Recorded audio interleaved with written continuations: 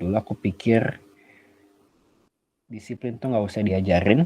Ya dulu aku pikir begitu ya, karena mestinya semua orang yang ngaku ikut Tuhan harusnya disiplin hidupnya, harusnya gitu ya. Tapi ternyata disiplin itu sulit gitu ya. Bahkan sampai saat ini pun untuk jadi orang disiplin, aku pun mungkin ada orang kenal aku sebagai orang yang disiplin gitu ya. Tapi aku sendiri pun masih kayak berjuang keras banget gitu ya buat disiplin, terutama untuk hal-hal yang uh, bukan aku banget gitu. Contohnya kayak berdiam diri, di mana aku orangnya nggak bisa diam gitu. Itu kan berdiam di hadapan Tuhan kan susah gitu ya buat aku orang yang nggak bisa diam gitu.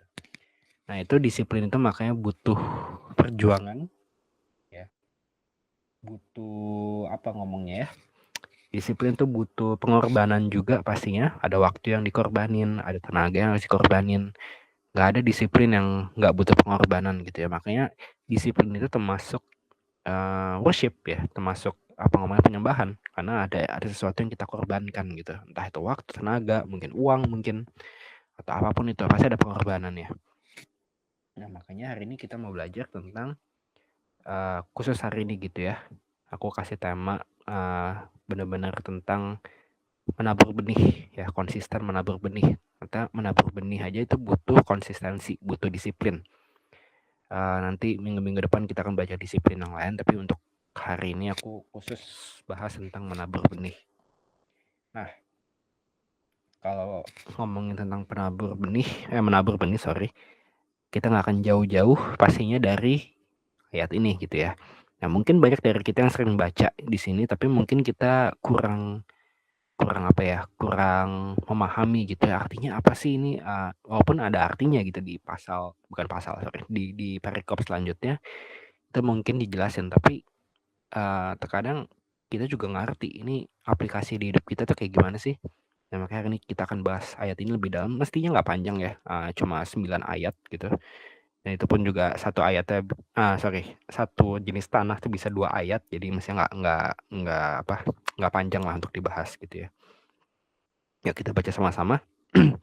Pada hari itu, keluarlah Yesus dari rumah itu dan duduk di tepi danau. Maka datanglah orang banyak berbondong-bondong, lalu mengerumuni dia, sehingga ia naik ke perahu dan duduk di situ. Sedangkan orang banyak semuanya berdiri di pantai.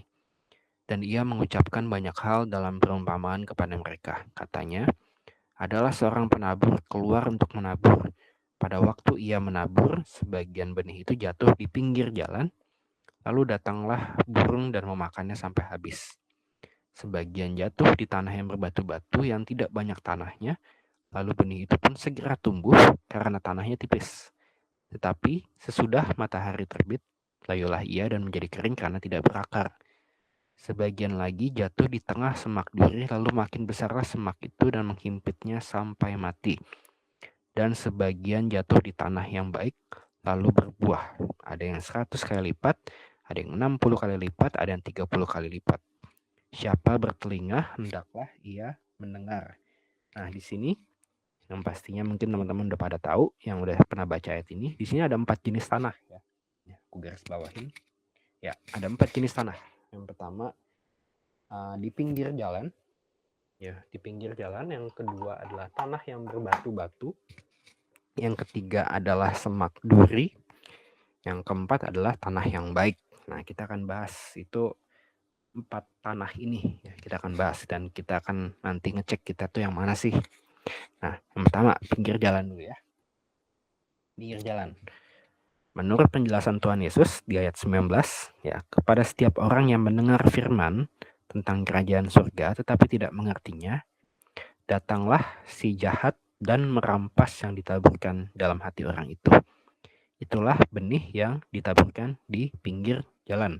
Nah, ada kata di situ ya, merampas yang ditaburkan. Nah, kata kuncinya itu yang jatuh di pinggir jalan tuh, kata kuncinya tuh iblis datang lalu langsung rampas. Jadi belum tumbuh aja tuh udah diambil gitu ya, belum tumbuh aja udah diambil. Ini ngomongin tentang apa sih? Ini ngomongin tentang ini ya, trotoar.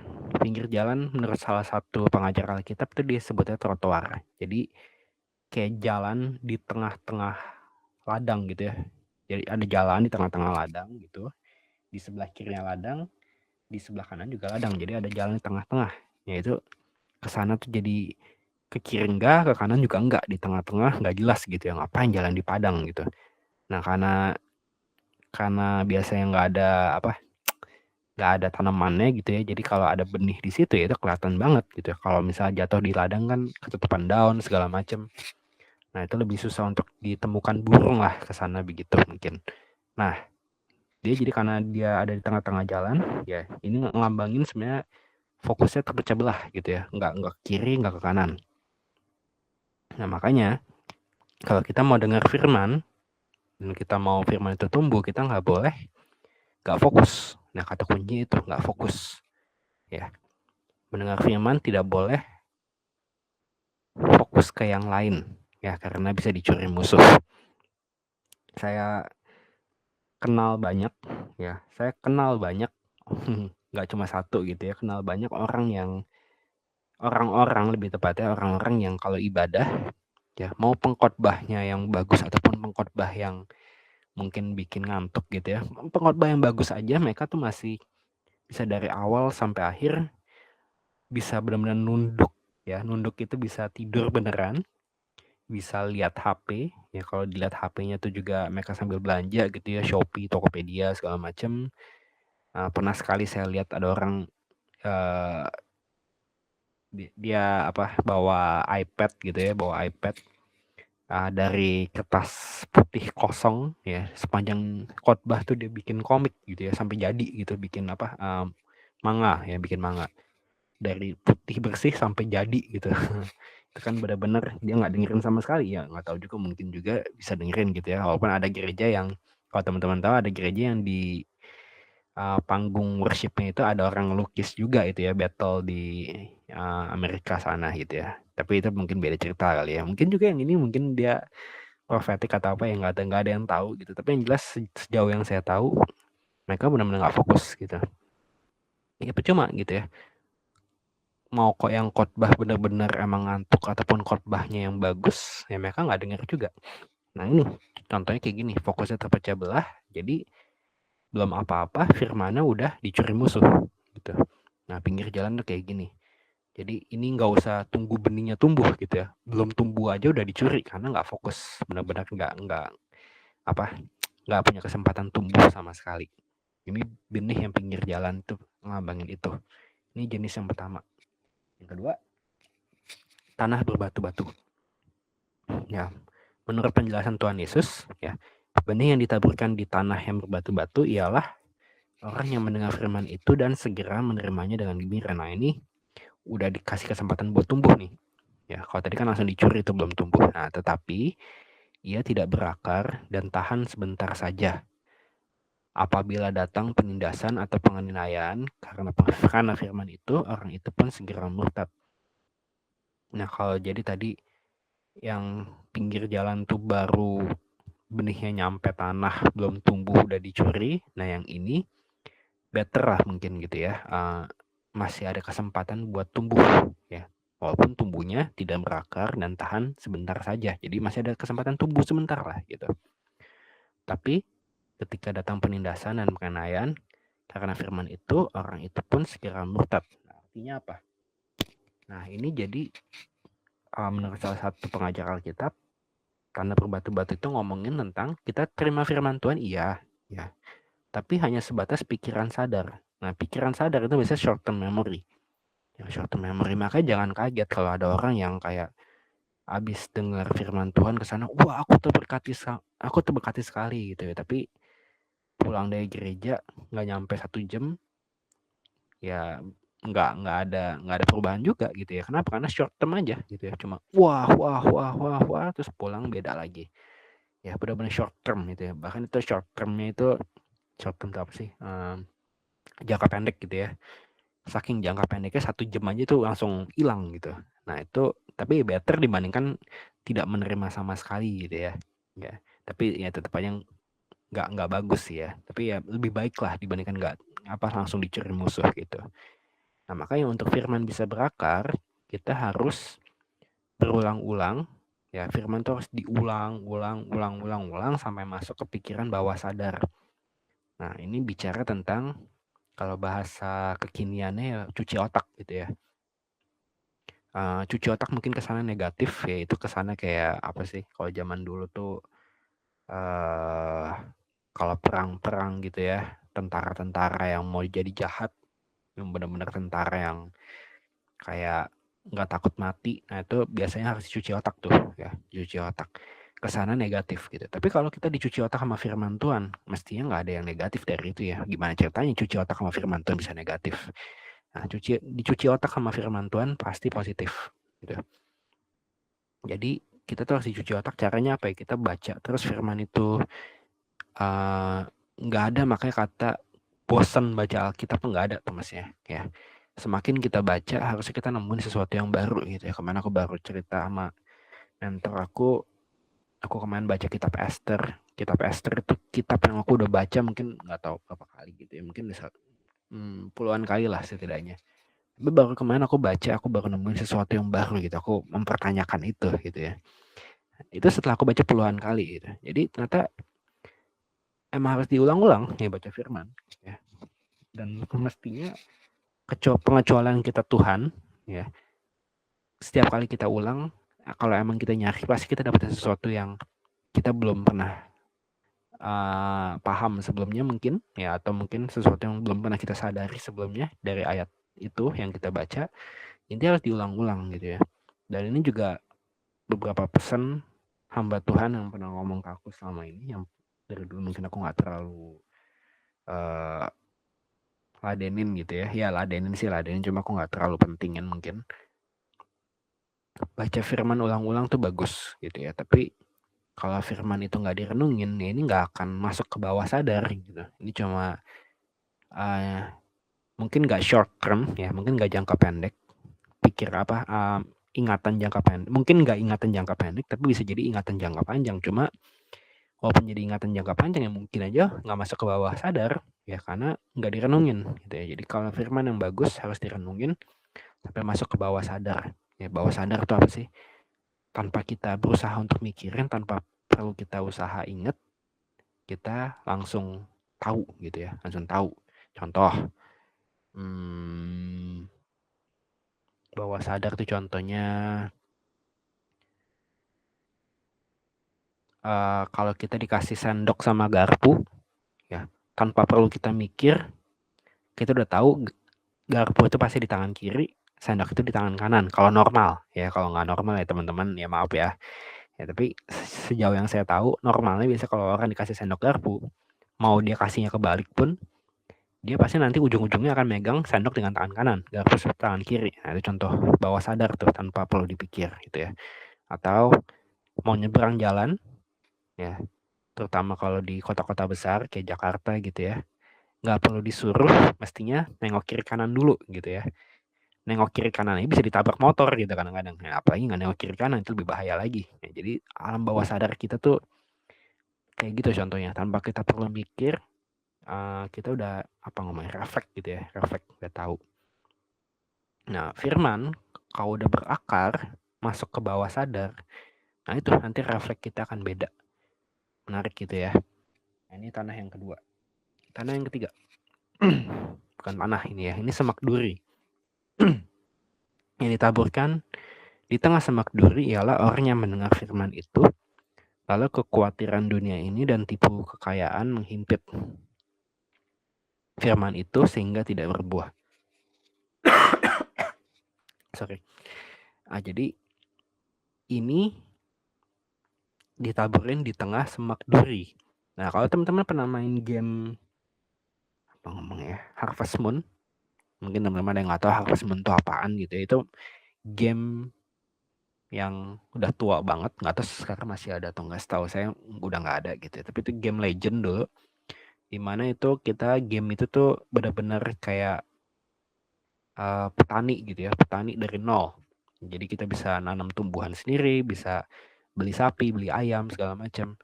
Nah, di situ ada satu biasanya sesuatu yang mungkin kita nggak pernah diajarin gitu ya di sekolah. Sejauh yang saya tahu sih saya di sekolah nggak pernah diajarin gitu. Saya belajar dari game itu gitu. Banyak dari banyak pelajaran ilmu pengetahuan alam yang saya belajar justru dari game itu gitu. Salah satu pelajaran yang saya nggak dapat dari sekolah tapi saya dapat di game itu adalah ternyata kita nanam pohon atau nanam tanaman yang beda jenis itu nggak boleh sebelahan. Ya, nggak boleh sebelahan. Contoh, pohon apel sama pohon jeruk. Nah, itu nggak boleh sebelahan tuh. Minimal ada space-nya dikit. Ya, ada jeda kosongnya dikit tuh, ada tanah kosongnya dikit. Nggak boleh pas sebelahan. Kenapa? Ya bisa rebutan sari makanan mungkin, bisa ada apa gitu, saya lupa ya gitu. Pokoknya alasannya begitulah. Dan emang kalau teman-teman perhatiin yang nggak mungkin kan kayak misalnya ada petani tomat gitu, dia nanamnya tuh tomat kentang nggak ada tuh ya, mestinya ladang yang kayak gitu. Kalau tomat ya tomat semua, nanti ada pemisah dikit baru kentang semua, nah gitu. Nggak mungkin kayak campur aduk gitu ya, satu ladang tuh selang-seling tomat, kentang, ubi, jagung, itu jadi 4 itu kayak berantakan gitu. Nah, mungkin ada tapi saya nggak pernah lihat sih ya, sejauh yang saya tahu sih nggak ada. Nah ini sama, jadi di sini firmannya jatuh ke semak-semak duri. Jadi ini benih firman masuk ke semak duri itu kan jadi kayak dua jenis yang beda gitu ya. Dua jenis yang beda. Nah itu, ini ngelambangin orang yang sebenarnya dengar firman, tetapi kekhawatiran dunia ini dan tipu daya kekayaan menghimpit firman itu sehingga tidak berbuah. Nah ini salah satunya gitu ya. Ya salah satu ilmu yang saya dapat dari game Harvest Moon yang nggak diajarin di sekolah itu, kalau benih apapun gitu ya, ditanam di sebelah tanaman yang udah tumbuh apalagi beda jenis, itu biasanya tuh benihnya tuh kayak apa ngomongnya, kecekek gitu ya, kecekek sama akar yang udah ada, akar tanaman yang udah ada sebelumnya. Nah itu teman-teman harus googling lagi memastikan itu benar atau enggak, karena seingat saya seperti itu gitu ya. Memang nggak boleh gitu ya tanam biji di sebelah tanah yang udah gede. Nah itu nggak boleh, contohnya kayak gini gitu. Nah, semak duri itu melambangkan pikiran dan konsep yang salah di pikiran bawah sadar kita. Nah, firman harus masuk ke bawah sadar, betul. Tapi kadang-kadang udah ada konsep-konsep yang salah di pikiran bawah sadar kita, jadi kecampur. Makanya kalau teman-teman tahu gitu ya, tahun berapa sih tuh? Tahun lalu ya, tahun lalu mestinya, tahun 2024 Indonesia setidaknya semua gereja di Indonesia digemparkan oleh satu orang yang mempunyai pengajaran yang luar biasa sulit gitu ya. Saya nggak perlu sebut namanya supaya nggak memalukan orangnya juga, karena kasihan juga. Teman-teman tahu lah mestinya siapa dan apa yang saya maksud. Tapi yang jelas yang saya lihat dan banyak orang lihat juga yang kenal dan saya udah ajak ngomong juga, dia ini punya konsep yang salah di pikiran bawah sadar. Jadi mau apapun yang masuk, mau firman yang bagus sekalipun masuk ke dia, ya itu terhimpit gitu ya. Malah jadi ngaco yang keluar gitu. Bingung, kepahitan. Nah itu salah satu contohnya, itu yang salah di pikiran bawah sadar tuh ya. Jadi firman yang mestinya bagus malah jadi kecekek gitu ya, kecekek, dan akhirnya malah ngaco jadinya ya. Dan kemungkinan besar ini tanah yang baik ya. Itu saya tambahin, itu mungkin ini tanah yang baik. Kenapa? Karena ya semak duri pun tumbuh di situ. Jadi kemungkinan besar ini tanah yang subur sebenarnya. Nah, tapi percuma tanam benih di tempat yang sudah ada semak durinya, karena itu menghimpit gitu ya, dihimpit. Firman itu dihimpit sama tipu daya kekayaan ya, kekhawatiran dunia ini. Jadi intinya adalah konsep yang salah gitu. Jangan sampai kita udah terima firman yang bagus ya, kita udah belajar firman yang benar-benar mestinya bisa mengubahkan hidup kita, tapi karena kita nggak lepasin konsep-konsep yang salah. Contoh konsep-konsep yang salah juga mungkin tradisi-tradisi tradisional yang mungkin ada di keluarga kita ya, mau suku apa gitu ya. Di keluarga saya juga ada suku-suku seperti itu. Ya mungkin teman-teman lahir di suku yang berbeda-beda dan mungkin ada pemahaman-pemahaman yang tradisional yang bertentangan dengan firman Tuhan, nah itu kadang-kadang bisa meracuni gitu ya. Meracuni kita, bukan meracuni firman ya, meracuni kitanya gitu. Jadi kesana kita terima yang benar, tapi karena terpengaruh itu jadi ngaco ujung-ujungnya. Ya teman-teman tahu lah konsepnya ya. Apa sih itu peribahasanya tuh? Kalau susu kena setitik apa gitu jadi rusak semua itu ya, teman-teman tahu lah itu peribahasanya apa, saya lupa. Tapi intinya itu sesuatu yang bagus, ya makanan mahal ya, atau apel deh ya mungkin ya, apel yang segar kalau ditaruh di kumpulan apel yang busuk, lama-lama dia akan busuk juga gitu ya, busuknya ketularan gitu. Nah jangan sampai kita terima sesuatu yang bagus tapi karena kita udah punya semak duri yang kita nggak beresin dalam diri kita, akhirnya firman itu nggak tumbuh, malah mungkin kita malah memakai nama firman untuk hal yang ngaco mungkin.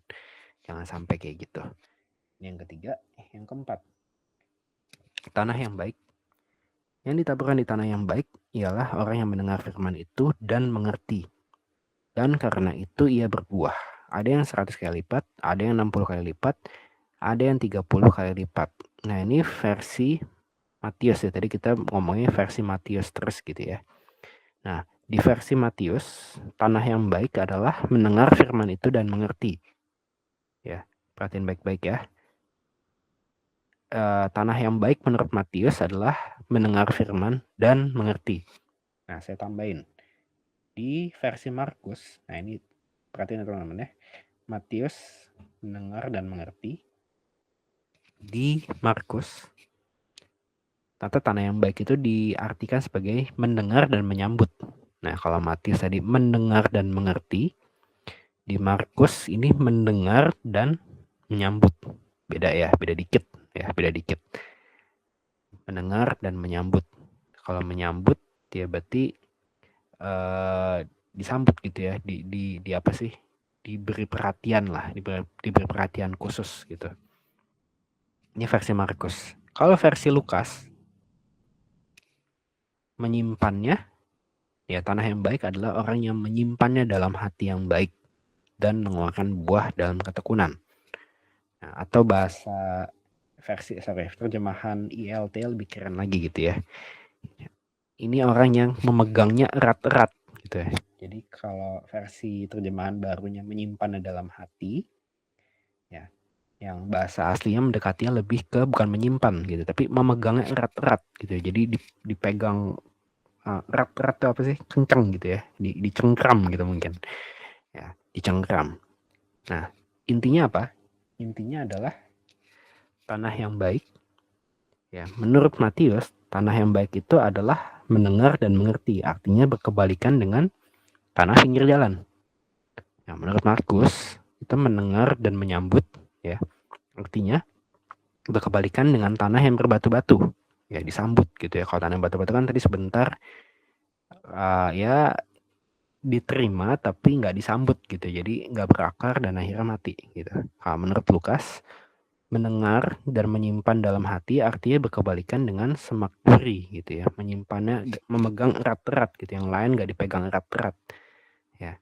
Kalau tadi semak duri ya, kalau kita masih memegang erat yang lain, semak duri gitu tajam-tajam mungkin ya, tajam-tajam, nah kita malah nggak bisa menggenggam yang benar ini justru. Nah jadi tanah yang baik ternyata punya definisi berkebalikan ya, tanah yang baik menurut Matius, Markus, Lukas itu masing-masing berkebalikan dengan 3 tanah yang buruk sebelumnya gitu ya. Nah intinya tanah yang baik itu satu, itu orang yang fokus dengan firman Tuhan ya, orang yang fokus dengan firman Tuhan. Yang kedua, firman itu disambut dan masuk ke bawah sadar kita, nggak cuma sekedar masuk di pikiran dan sebentar hilang, mungkin nggak nyampe 1 jam hilang, tapi benar-benar masuk ke bawah sadar kita. Terus yang ketiga, tanah yang baik adalah orang yang membuang konsep-konsep yang salah sehingga kebohongan-kebohongan yang kita percayai sebelumnya itu digantiin sama firman Tuhan, kebenaran firman Tuhan. Kebohongan-kebohongan yang kita percayai sebelum-sebelumnya digantikan sama kebenaran firman Tuhan. Jadi tanah yang baik itu begitu. Nah, tanah yang baik ini dari dulu aku suka mempertanyakan gitu ya. Sebenarnya penabur itu siapa sih? Ya, ini kan kita ngomongin perumpamaan tentang penabur. Penabur itu siapa sih? Menurut sebagian besar teolog, penabur yang dimaksud di sini Tuhan Yesus. Tapi bisa juga sebagai kita, murid-muridnya Tuhan Yesus. Ya, tanah yang baik ini kan, tanah itu kan bicara tentang hati manusia. Nah, Tuhan Yesus menabur benih ke kita, betul. Ya, tapi sebagai pengikut Kristus yang diutus buat jadikan semua bangsa murid Tuhan Yesus, kita juga diberi tugas sama Tuhan untuk menabur benih juga, ya. Jadi Tuhan Yesus menabur benih lewat kita gitu.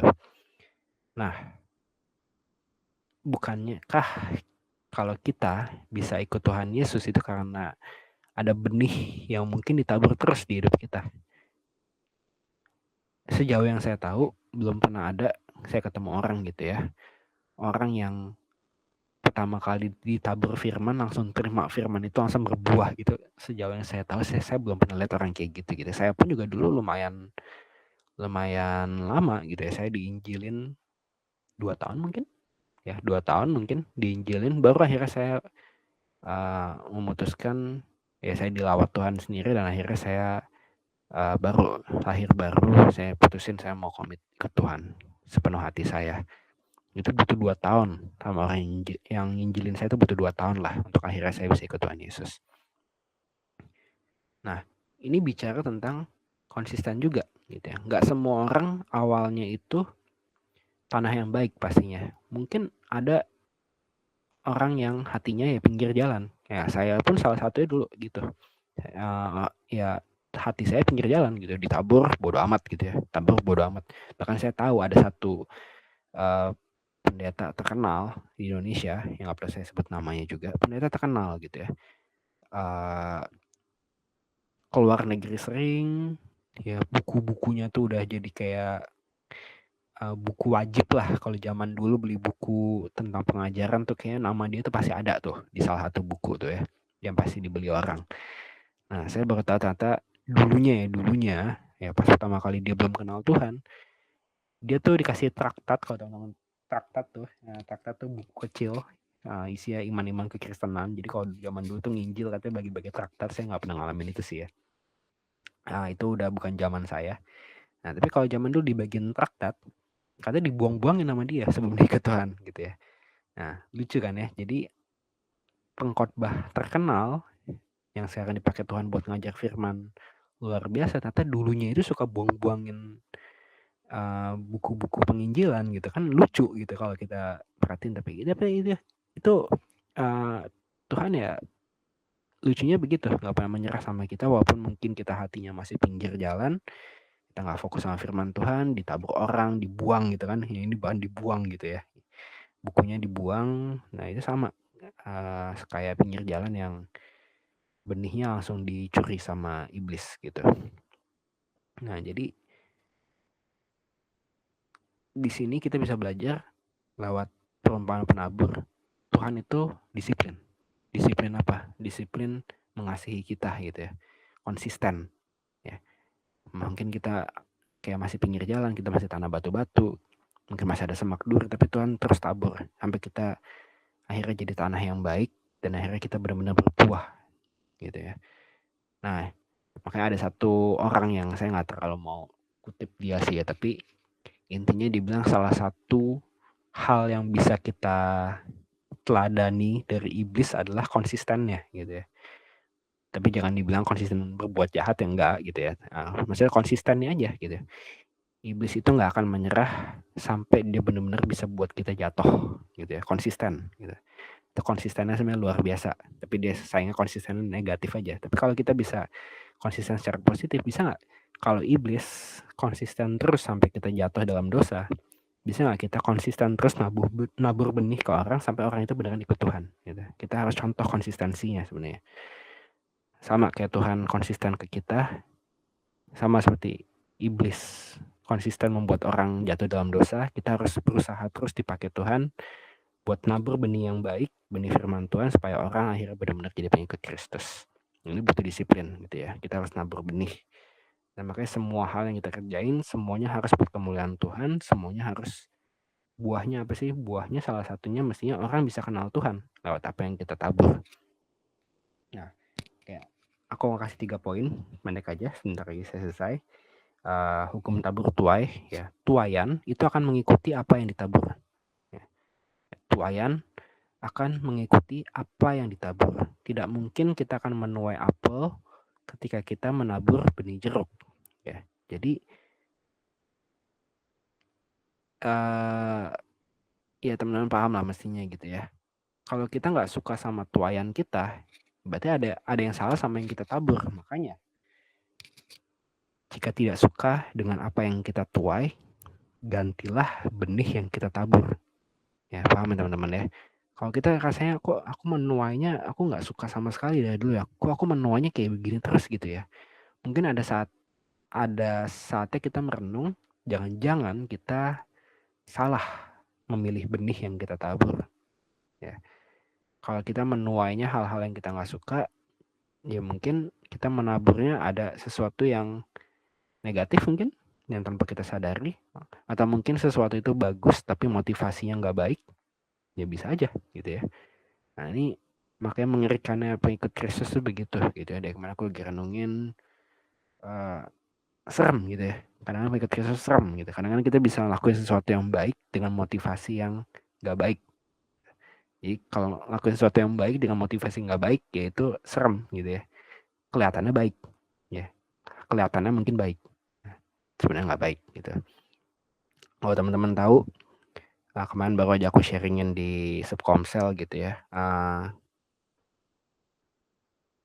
Kemarin mentor aku sempat ngomong ke aku gitu ya.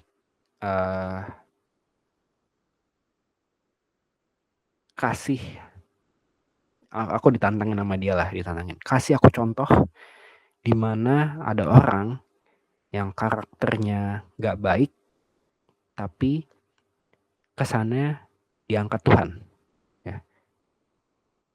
Kasih contoh dan kita lihat dia tahan berapa lama gitu, ya. Biasanya nggak akan tahan lama, biasanya, ya. Ada nggak sih yang tahan lama? Kemarin saya nggak kepikir, tapi setelah saya renungin ada gitu ya, ada. Dan ini mungkin saya sebut aja gitu ya, Hillsong, ya, Hillsong. Kalau teman-teman tahu Hillsong, mesti tahu lah ya. Hampir semua gereja itu pasti pernah nyanyiin lagu Hillsong, ya. Tapi sejak gembalanya itu ternyata penuh skandal, entah itu skandal keuangan, skandal seksual juga ada. Dan akhirnya semua penyanyi-penyanyi terkenal dari Hillsong, ya, sebut namanya gitu ya, nama penyanyi-penyanyi yang terkenal ya karena Hillsong gitu, semuanya keluar dari Hillsong jadi penyanyi solo semua gitu ya. Sama kaget kemarin saya baru tahu ini kenapa jadi semua pada solo semua gitu. Ya ternyata mereka berbondong-bondong keluar semua gitu ya.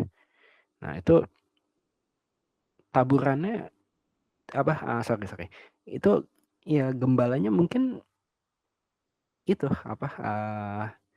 Menabur yang baik gitu ya, menabur yang baik dengan motivasi yang mungkin nggak tahu motivasinya apa gitu ya, tapi yang jelas karakternya nggak baik gitu ya. Kenapa? Karena ya terbukti gitu ya, skandalnya kebuka semua gitu. Dan itu tahan Hillsong itu dari tahun berapa tuh ya berarti ya? Di 80-90 tahunan gitu. Berarti udah mau 40 tahun, bayangin sih teman-teman. Ya. Tahan lama nggak tahan lama, walaupun akhirnya nggak tahan lama juga sih. Tapi 40 tahun itu menurut saya cukup lama gitu ya. Nah, tapi menariknya walaupun mungkin kesana tahan lama 40 tahun, tapi kan kayak gini kan, naik drastis, turunnya juga menjulang gitu ya, kayak air terjun gitu. Nah itu menyeramkan ya gitu ya. Kemarin saya baru renungin itu, dan ya kita sebagai pengikut Kristus itu makanya agak serem gitu ya. Kita bisa nabur sesuatu yang baik, tapi motivasinya nggak baik gitu. Kalau dibilang Hillsong nggak baik, loh kita semua mungkin terberkati kok sama lagu-lagunya mereka. Saya sampai sekarang saya masih dengerin kadang-kadang, saya masih tersentuh sama lagu-lagu mereka gitu. Ya hasilnya baik nggak? Ya baik gitu, tapi motivasinya nggak baik dan itu akhirnya kejatuhan ya, yang terkenal gitu. Jadi itu jadi skandal yang gede banget sampai sekarang gitu ya. Dan kata kebuka terus, kayak masih terus-terusan muncul sesuatu yang baru gitu ya, yang negatif dari gereja itu. Ya kita doakan aja lah ya, karena kasihan juga jemaatnya juga soalnya. Kayak gitu. Yang pertama, kita akan menuai apa yang kita tabur. Tuaian akan mengikuti apa yang ditabur. Kedua, tuaian terjadi setelah menabur. Ya, hanya orang bodoh yang menanti tuaian jika belum menabur apa-apa. Ya, kita nggak bisa menanti panen tomat ketika kita bahkan nggak nabur tomat. Gitu. Ya, kalau kita mau panen tomat, kita harus nabur tomat dulu. Karena tuaian terjadi setelah menabur. Nah, siapa kita sekarang adalah cerminan dari apa yang kita tabur selama 5 tahun terakhir ini, bukan menurut saya gitu. Ini kata orang. Ada yang setuju, ada yang enggak. Saya sih setuju-setuju aja gitu ya. Nah, siapa kita sekarang adalah cerminan dari apa yang kita tabur selama 5 tahun terakhir. Makanya ada seorang pakar leadership bilang, kasih tahu 5 tahun terakhir ini kamu akan kamu berbuat apa aja, nanti saya akan kasih tahu. Kasih tahu 5 tahun ke depan kamu ingin berbuat apa aja, dan kita akan tahu nanti hasilnya kayak apa. Nah, jadi kita akan menuai setelah kita menabur. Nah, ada satu hamba Tuhan yang bilang kayak gini, kalau kita dijahatin orang gitu ya, kalau kita dijahatin orang, berarti orang itu telah menabur benih negatif buat kita, ya nggak sih? Ya. Kalau orang berbuat jahat ke kita, berarti orang itu menabur benih nggak baik ke kita. Nah, pertanyaannya adalah, orang ini, orang yang menjahati kita itu, dia sedang menabur benih negatif ke kita, atau kita jangan-jangan lagi menuai hal negatif yang kita tabur selama ini. Ya, bisa jadi begitu ya. Karena hukum tabur tuai ya. Hukum tabur tuai itu ya, apa yang kita tabur pasti kita tuai. Mau kita bilang, ya aku nggak sengaja tabur itu, masa aku harus nuai itu? Ya tetap tuai, itu hukum gitu ya, pasti akan terjadi. Nah, itu makanya kayak tadi hamba Tuhan itu bilang, ya ketika orang menjahati kita, apakah orang itu lagi menabur benih nggak baik ke kita, atau justru kita lagi menuai hal-hal nggak baik yang pernah kita tabur selama ini. Nah, itu hati-hati gitu ya. Jangan bilang orang itu jahat, orang itu jahat, orang itu jahat. Jangan-jangan kita juga kita menabur itu selama ini, dan akhirnya kita menuai itu gitu. Karena kita akan menabur setelah kita akan menuai setelah kita menabur. Yang ketiga, nah, tuaian itu lebih banyak dari yang ditabur. Ya, saya nggak pernah ketemu orang nanam 1 biji apa gitu, hasilnya cuma 1 gitu. Sejauh yang saya tahu sih belum ada ya. Ada nggak sih? Mungkin ada, tapi sejauh yang saya tahu sih nggak ada. Kalau buah setidaknya ya, pohon apel aja itu bisa berapa, pohon jeruk aja itu nggak mungkin cuma 1 lah. Itu kayaknya ada nggak sih pohon yang buahnya cuma 1? Sejauh yang saya tahu sih belum ada gitu ya. Mungkin ada, nggak ada sih kayaknya. Ya, ya ada yang 100 kali lipat, ada yang 60 kali lipat, ada yang 30 kali lipat. Nah, ini kepekatan Tuhan Yesus sendiri. Jadi kita nabur 1 aja, itu tuaiannya bisa 100, bisa 60, bisa 30 kali lipat gitu ya. Jadi yang namanya tuaian itu pasti lebih banyak dari yang ditabur, nggak mungkin sama gitu. Nah, banyak orang hanya menunggu, membuat alasan, dan berharap yang terbaik, tetapi tidak menabur yang terbaik untuk mimpi mereka, lalu mengeluh mengapa mimpinya tidak terjadi. Ya, mimpi selalu didukung oleh taburan yang konsisten. Nah, makanya katanya mimpi itu jembatan dari masa kita sekarang, jembatan dari kondisi kita sekarang ke mimpi kita, ya. Kondisi kita sama mimpi kita tuh ada jembatannya. Nah, jembatannya itu ya disiplin katanya. Ya, makanya mimpi itu selalu didukung oleh taburan yang konsisten. Nah, makanya kadang kita harus lihat juga, kita udah konsisten belum di hidup kita? Kita udah disiplin belum? Contoh, mau jadi penyanyi, ya jangan sampai kita mikir kita mau jadi penyanyi tapi nggak pernah latihan vokal gitu ya. Itu hanya akan malu-maluin kita jadi penyanyi gitu ya. Sebutlah teman-teman penyanyi terkenal yang nggak pernah latihan vokal dan akhirnya vokalnya berantakan kalau lagi nyanyi live. Itu banyak banget gitu ya.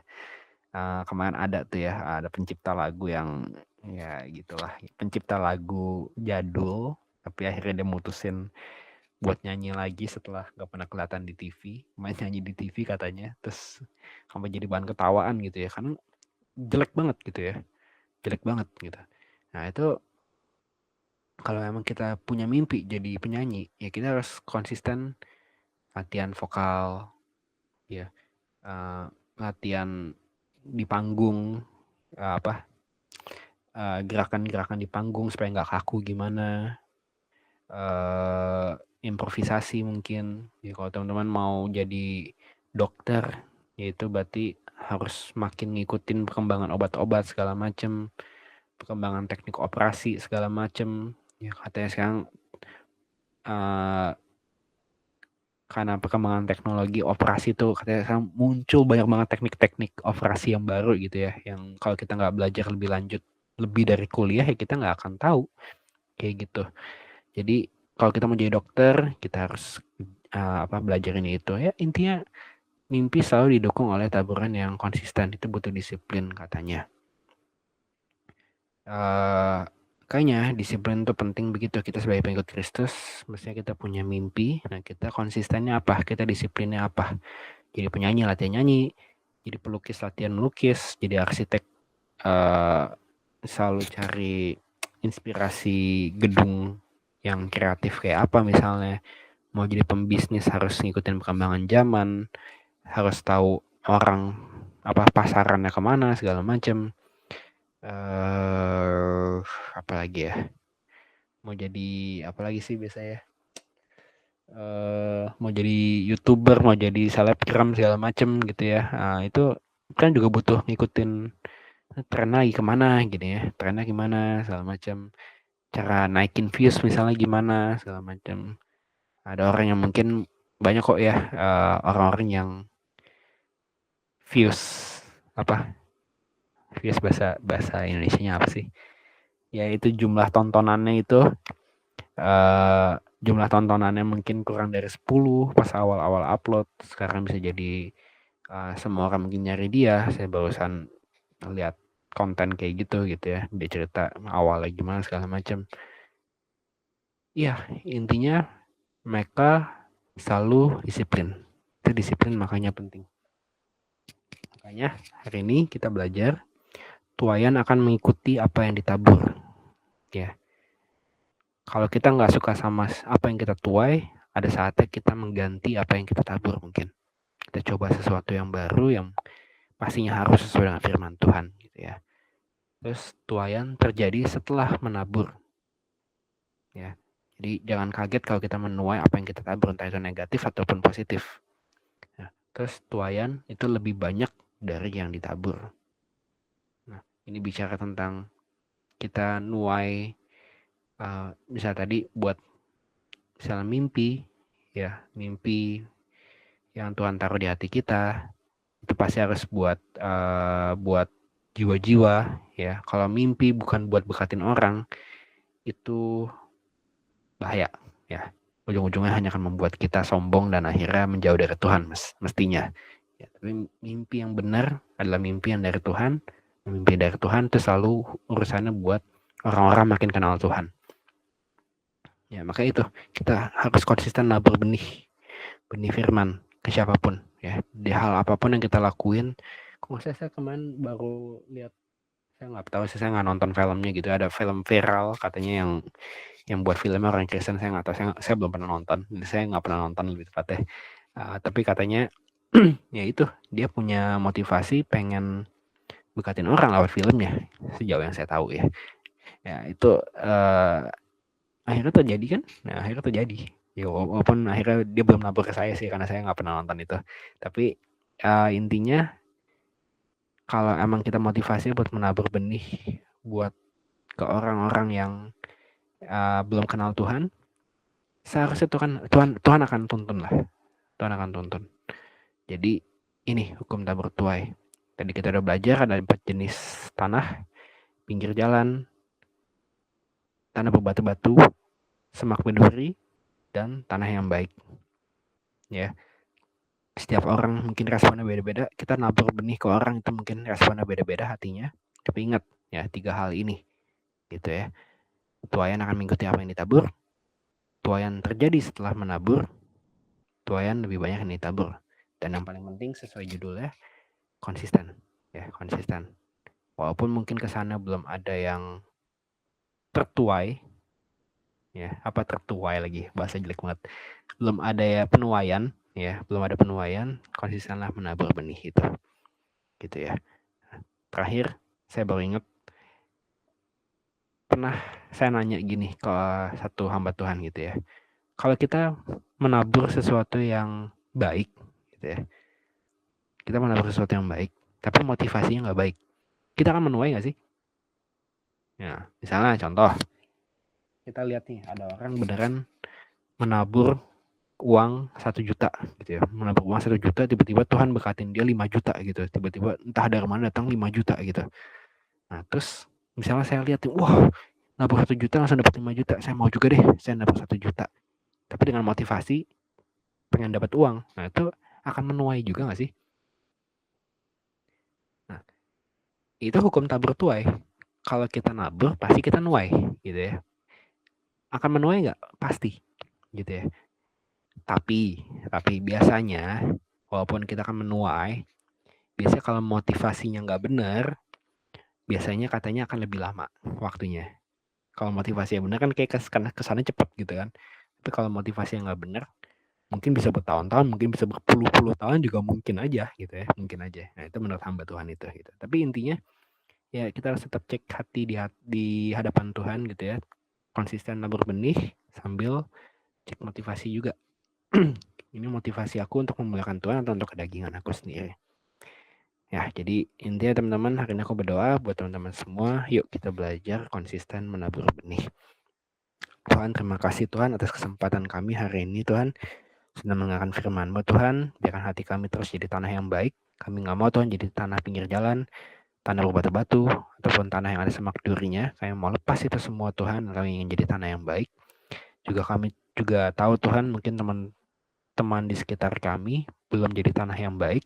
Tapi kami percaya Tuhan, kami ingin konsisten menabur benih ke mereka sampai mereka akhirnya bisa jadi pengikut Engkau yang sejati. Yang belum kenal Tuhan jadi kenal Tuhan, yang sudah kenal Tuhan jadi semakin kenal Tuhan. Biarkan Kau pakai kami di situ Tuhan, kami tetap terus konsisten menabur benih. Dan kami hari ini belajar Tuhan, hukum tabur tuai. Biarkan kami terus konsisten, ya karena kami tahu Tuhan, Kau ingin kami berbuah yang baik dengan motivasi yang baik juga. Selalu tuntun kami, selalu tegur kami jika kami ada yang salah di hidup kami, tegur kami Tuhan, sampai kami benar-benar sadar. Kami percaya Tuhan, Kau akan tuntun kami menjadi seorang penabur yang sejati, dan akhirnya kami benar-benar bisa jadi pengikut Yesus yang sejati, dan apapun yang kami perbuat semuanya hanyalah memuliakan nama-Mu. Dalam nama Yesus kami sudah berdoa dan mengucap syukur. Amin.